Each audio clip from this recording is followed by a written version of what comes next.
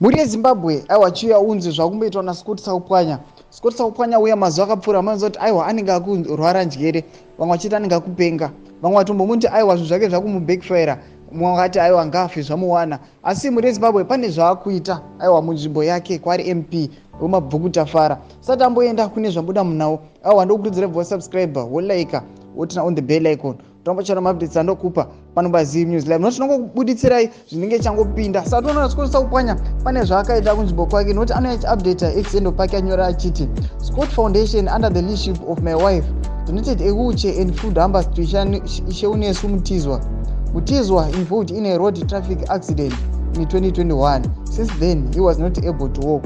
Ndo zvaanoya achiupdate pa exendo pake achiti aiwa akwanisa kunodonata wheelchair aiwa kuna Isheunesu Mutizwa. Muri Zimbabwe chimbotudzai munoti kudii pamusoro penyaya iyi. Aiwa vamwe vaiti aiwa Scott pamwe achapabudi, Scott akutorwara. Muri Zimbabwe tudzai mafungiro enyu munoti kudii pamusoro penyaya iyi. Pindai mucomment section medu. Musaka no subscribe, kulike notina on the bell icon. Tombochana mabdits andokupa PANECHAMISA news live.